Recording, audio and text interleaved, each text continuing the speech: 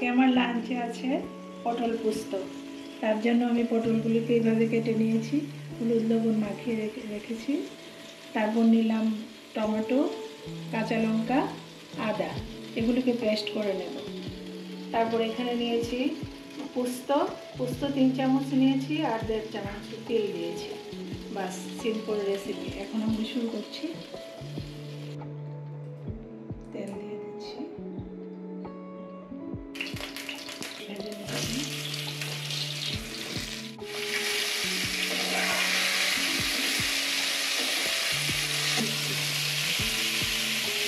পটলগুলি ভাজা হতে হতে আমি পেস্ট করে নেব মশলাগুলো।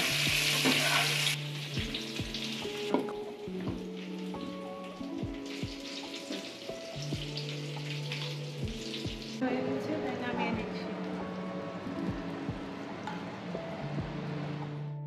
এখন একটা শুকনো লঙ্কা দিলাম, কালো জিরে,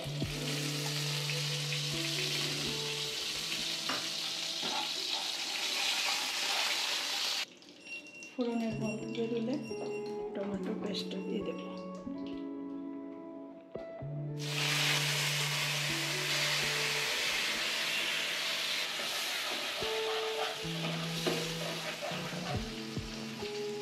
হলুদ দিয়ে দিলাম, চিনি দিয়ে দিলাম। টমেটোর কাঁচা গন্ধটা বেরোলে তারপর পোস্ত বাটাটা দিয়ে দেবো।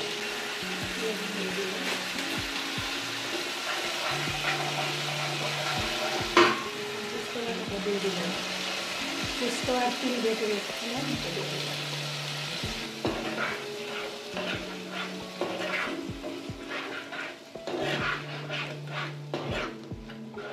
এখন পটলগুলি দিয়ে দিচ্ছি। জল দেব না, ঝিমে আছে রেখে দেব। পটল থেকে জল বেরোবে, মশলাটা পটলের মধ্যে ঢুকবে। ঢেকে দেব, সিমে করে ঢেকে দেব। ঢাকনাটা তুলে দিচ্ছি।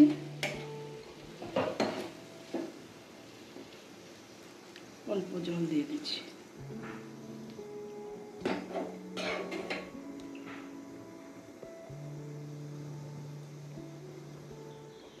আবার একটু ঢেকে দিচ্ছি।